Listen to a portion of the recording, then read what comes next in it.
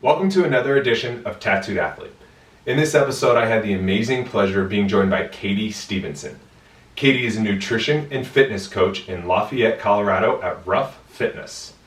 Katie's story is truly incredible. She's very open about her journey. We get to take a look at her tattoos, and Katie is honestly one of the most inspiring people I've ever had the opportunity to connect with.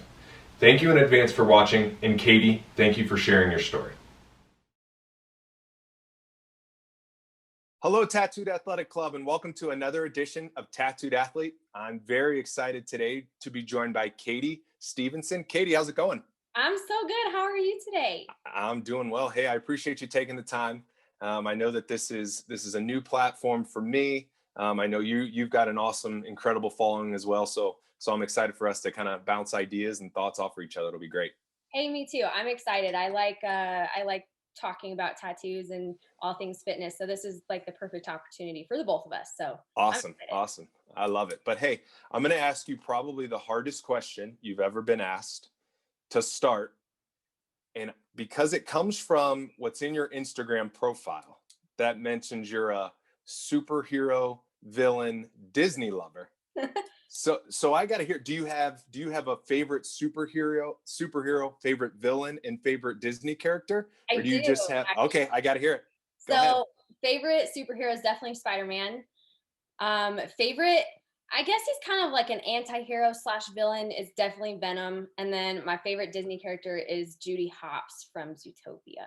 Oh, that's amazing. The reason I ask, and because that sticks out to me, is because I am a massive Disney freak. If I spun my camera a little bit this way, you'd see my like 4 full lanyards of Disney pins. And then I've got, it's kind of fun to do the impossible tattooed right here. So I'm big time Disney fan. So that stuck out. So what's your favorite Disney movie? You can only have one. Oh, my favorite Disney movie. I honestly think it's Wreck-It Ralph. Oh, that's such a good movie. Love Wreck-It Ralph. I think if I had to pick one that have the songs in it, then I'd go with Moana because that one's awesome. Oh no. No, That's not a the Mo. only one I really don't care for. Really? Well, Yeah, I'm a beach guy, so like seeing that is just like I'm at the beach the whole time. there's Lilo and Stitch. They're singing in that one.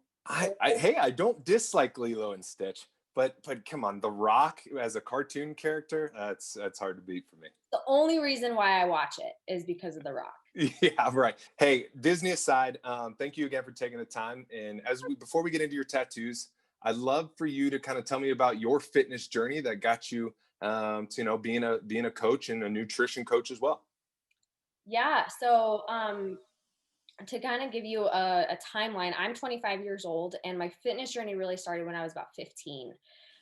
Growing up, I was a really happy-go-lucky little girl, and I loved to climb on the monkey bars and climb up the trees. Like I was very, very active, but I was also homeschooled. So as far as like being in sports, I went to a homeschooled PE class twice a week, and that was about it for sports. And then when I got into middle school, I'm pretty sure everybody, including myself, hated middle school because it's the time in your life where you're kind of growing into who you are, but you're still in that awkward stage and you don't really know where you fit in.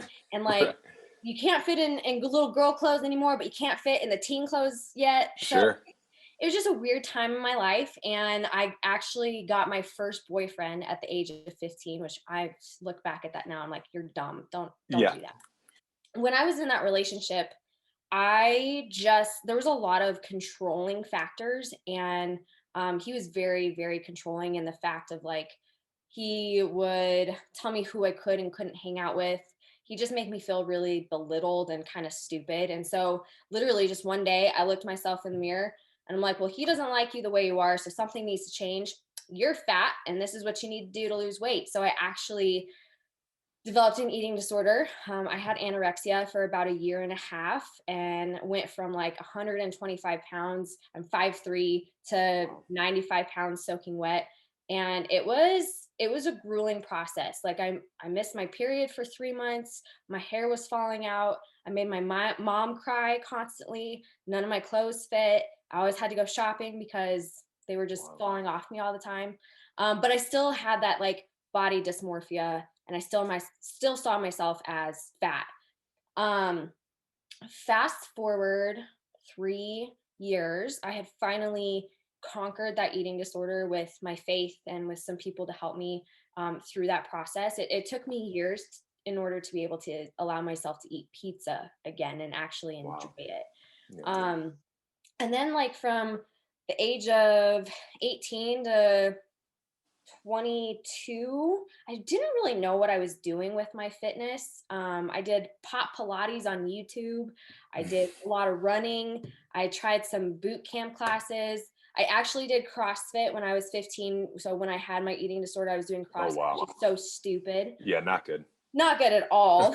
Um, and then it wasn't until I was 22 where my friend, who was a coach, she coached boot camp classes in her basement, or like weight training slash hit classes, and she was going on maternity leave. And she saw that I had gotten a Tabata boot camp certification and was wanting to, help people with their fitness and their nutrition, even though I still didn't really know what I was doing. And so she kind of took me under her wing, and she taught me how she coaches and how she coaches through forms on like squats and bench press and deadlifts. And I got to teach a lot of her classes in her basement. And I did that for about a year, and I learned a lot. I learned how to track macros. I learned why protein's so important. I learned all things weightlifting and how actually it's okay to eat protein to build muscle and burn fat. And like, I was actually Right. looking the way I wanted to look. And so when I learned, and it clicked, like, you mean I can still have chocolate chip cookies and get abs if they fit my Mhm. macros? That's it? Yeah. Well, I want to teach other people that this is possible. So that's when I started pursuing like helping people. And I had my ACE certification. It expired. I didn't ever get it renewed. But then I found First Form, and First Form is a supplement company out in St. Mhm. Louis. And I joined their Legionnaire program, and I learned even more about like supplementation and how things are made and why these certain things are important and how to actually coach people and help people. And so that's what really started off my online business. And then through that same company, I met Roy Ulrich, and then he and I, became really good friends. He opened up his gym. He started Rough, and now I work for Rough as an online coach full time. I quit my chiropractic job a year ago, and it's just what I do with my life. I talk to people all day, and I listen to their problems and help them lose weight or gain That's muscle, whatever they Yeah, want. that's incredible. That's incredible. And so Rough, what's the concept behind the Rough gym? So, Roy Ulrich started his company 7 years ago out in Louisiana. He started doing boot camps. Back then, it was called Roy Ulrich Fitness, and that's where the Rough kind of came in. Gotcha. Then he closed that LLC 2 years ago and reopened it as just Rough. And it started as an online business after he closed the initial LLC. And he ran 8-week challenges, just kind of like First Form does. And then that's how we kind of started to work together. And then last February is when he actually got a physical location here in Colorado. And we have, in-person classes, but we kind of do it hybrid. So I work on the online stuff, and then we have coaches who work in person, and we're just trying to help as many people as we can. Right, right. That's amazing. And how many members are at Rough? Right now there's about 30. Awesome. It sucks. We open a month before COVID Oh, no. thing. Yeah. So like we were flourishing, we were thriving, our classes were full, and then boom, COVID, and everybody's just a little scared to come Yeah. back. So. Understandable. Well, that's awesome. And I do want to circle back because I really appreciate you sharing what your journey looks like and and I can't even wrap my head around how difficult that something like that must be. And I think the sad reality is, and I'm sure you know as well, that there's so many people that are dealing with those issues as well. And a lot of those type of things can be so hard to overcome. So what was that like for you?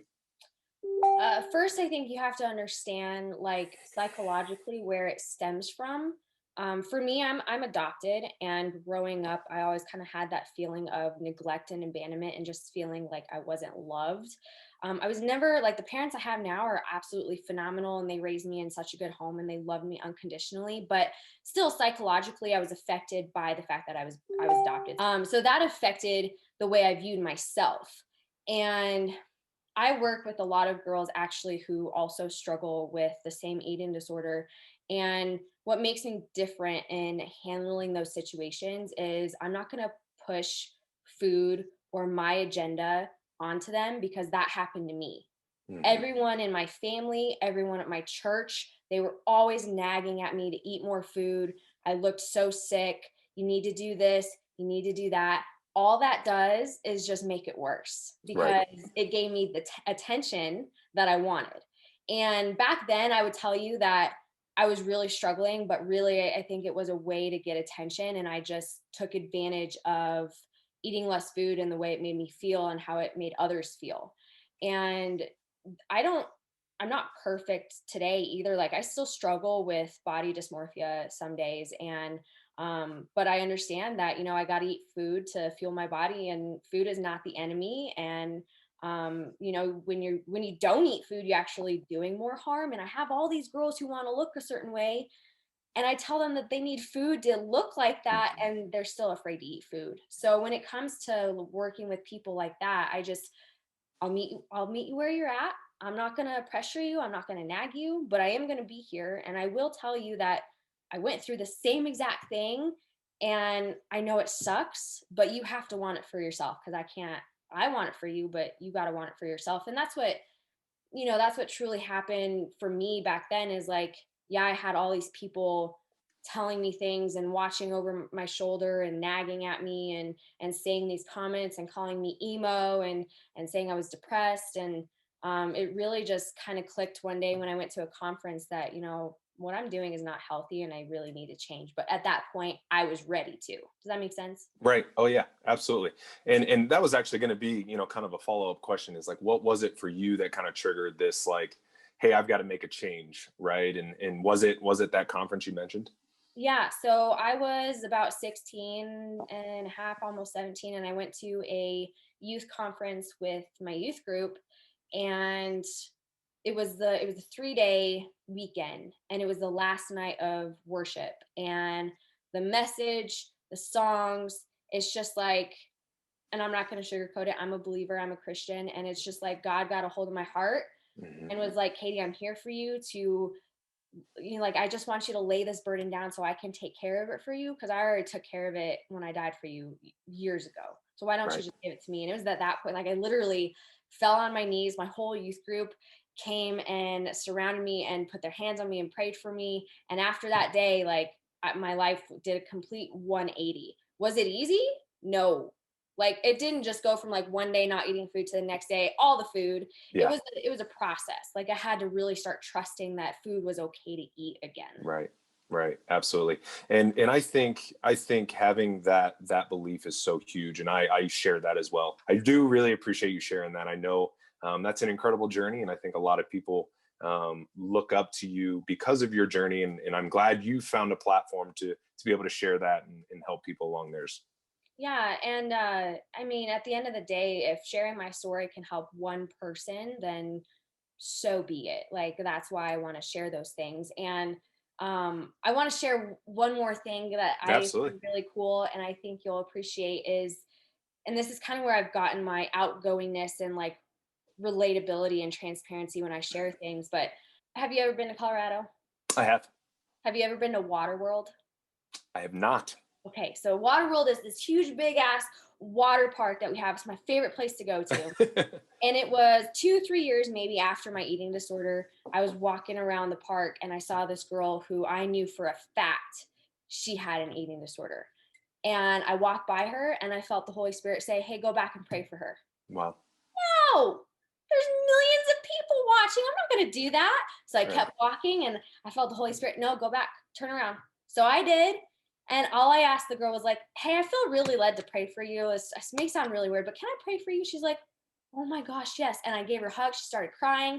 And I still think about that girl to this day. I hope she's doing good. I keep Right. praying for her. But Well, anyway, that's no, that's amazing. I'm really glad you shared that. And that's something my mom always says to me as well. It's like when you hear that voice or you're in that traffic or whatever it is, that there is just such a reason for that. And And again, being someone who does by nature just worry a lot, but listening to that little voice and trying to reason that this is likely happening for a reason, or, your experience of, feeling that and wanting to go back, I think is something, if everybody listened to it a little bit more, we'd probably be in a better place.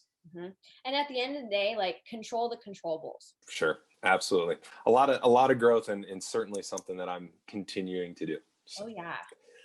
Perfect. Well, hey, I do wanna dig into your tattoos now. I'd love to hear about your first one and kind of the story behind that. Sure. So the first one I actually got is on my right shin, right above my ankle. This was actually after my eating disorder. And like you said at the beginning, usually the first tattoo, something dramatic happens, or, life changes. It definitely was that story for me. After my eating disorder, it kind of went on to another dark part of my life where I still felt unloved and unworthy, but I was okay with eating food. But now I'm going to self-harm myself. And that place on my shin is actually where I cut myself. If I just felt unloved or unworthy, or if like I made a mistake, or if I felt like I disappointed people, or if I just got so angry with myself, that's what I would do to kind of relieve that, that stress, but also, I guess, punish myself for doing those things. So when I was 18 and I graduated high school, I had been with my husband now, but boyfriend back then, for 6 months. And he was actually the one to help me stop cutting. He had a really good method, and he's also a believer. He was in my, he was a youth leader in my youth group back in the day. And he was very patient with me and very understanding. And he's like, here's what I want you to do. And he gave me the steps. And from that day on, like, I never reached for that razor blade ever again. And I'm like, wow, this is great. And God put him in my life for a reason. And so my first tattoo was an anchor.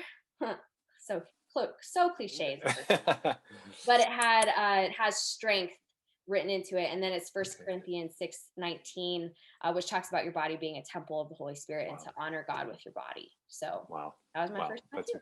And if I don't say it again, thank you again for being so open to share these things. I know that these type of stories are going to reach, hopefully, like you said, even if it's one person, they will have an impact. So thank you for sharing something like that is so, close to you.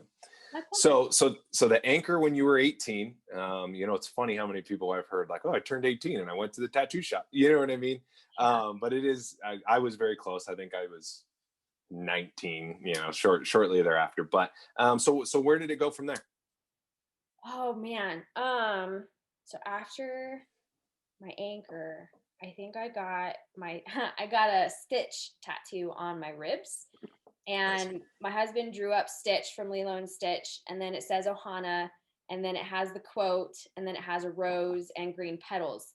And that one to me is probably my favorite because of the fact that I am adopted. I have an open adoption with my birth mom, and then I have my mom and my dad, and I don't know who my birth dad is.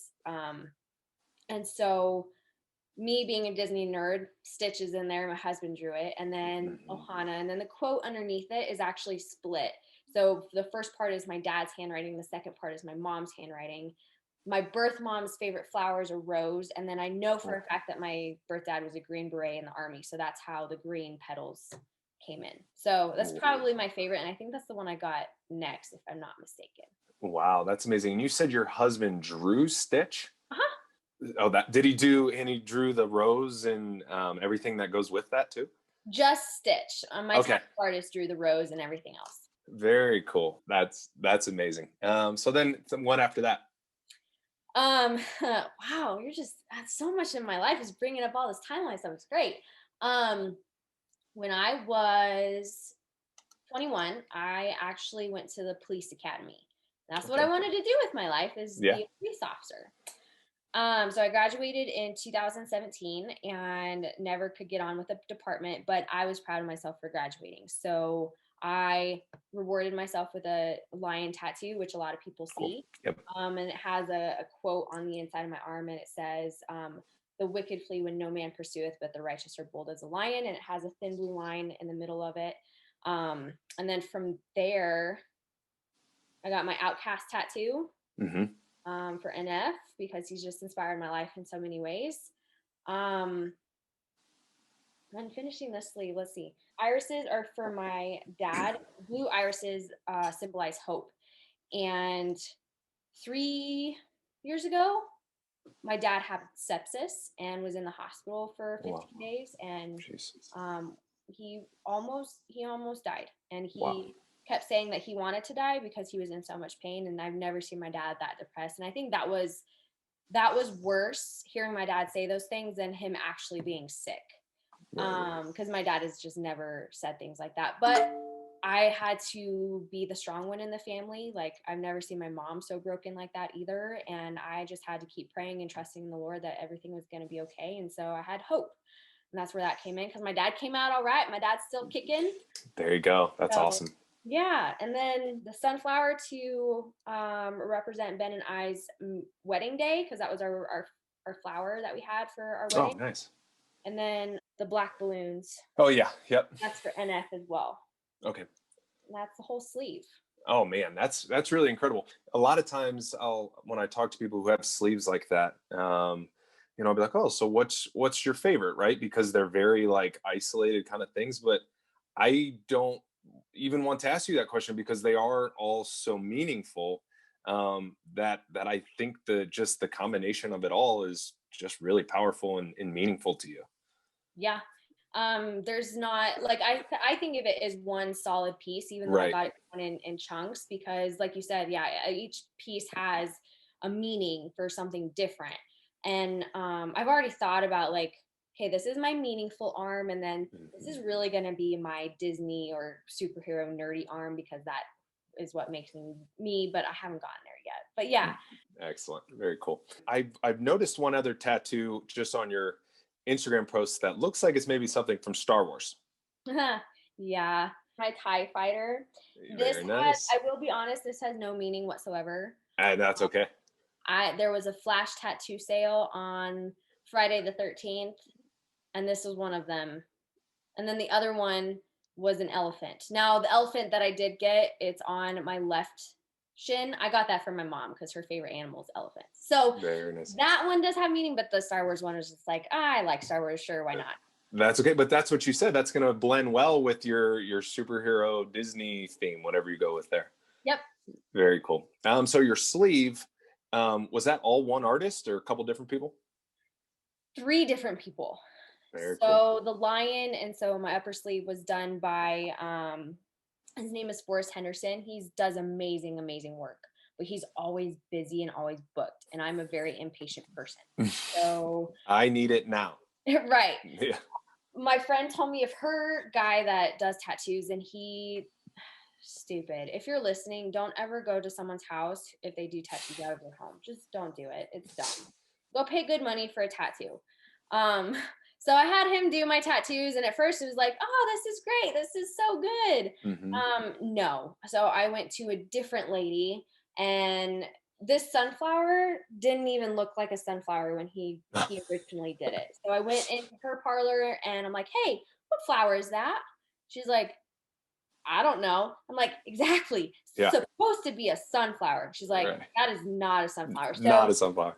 She drew my arm up with some Sharpie, and like even added more color and texture to my irises, and added the balloons for me. And she finished my sleeve and made it look coherent and put together. So made it look the way it's supposed to look. Yeah. Do you have any like ideas or thoughts of what you want to do for your other sleeve? I'm really debating whether or not putting DC or Marvel on this arm. Because if I go Marvel, it would definitely be like Spider-Man and Venom and Green Goblin and Doc Ock and all the Spider-Verse stuff. But then if I go DC, I would do like the Flash and the Green Arrow and Harley Quinn and the Joker and Robin. And I can't decide yet. I'm still debating. Oh, that'll be tough. But whenever you get that, I have to see that, because that's probably going to be pretty awesome. For sure. Listen, when I save up enough money, I will go get one. Yeah, seriously. This is an expensive hobby, certainly. But like it's also a therapy. Oh, absolutely. And I'm like, it should not cost this much for therapy. Yeah, exactly. So you've already kind of mentioned this, but what advice would you give to someone, getting maybe their very first tattoo? Definitely put a lot of thought into it. But don't try. Okay, do not find, because that's what I did for my first tattoo. Don't find some random picture on Pinterest and then go show your tattoo artist, hey, this is exactly what I want.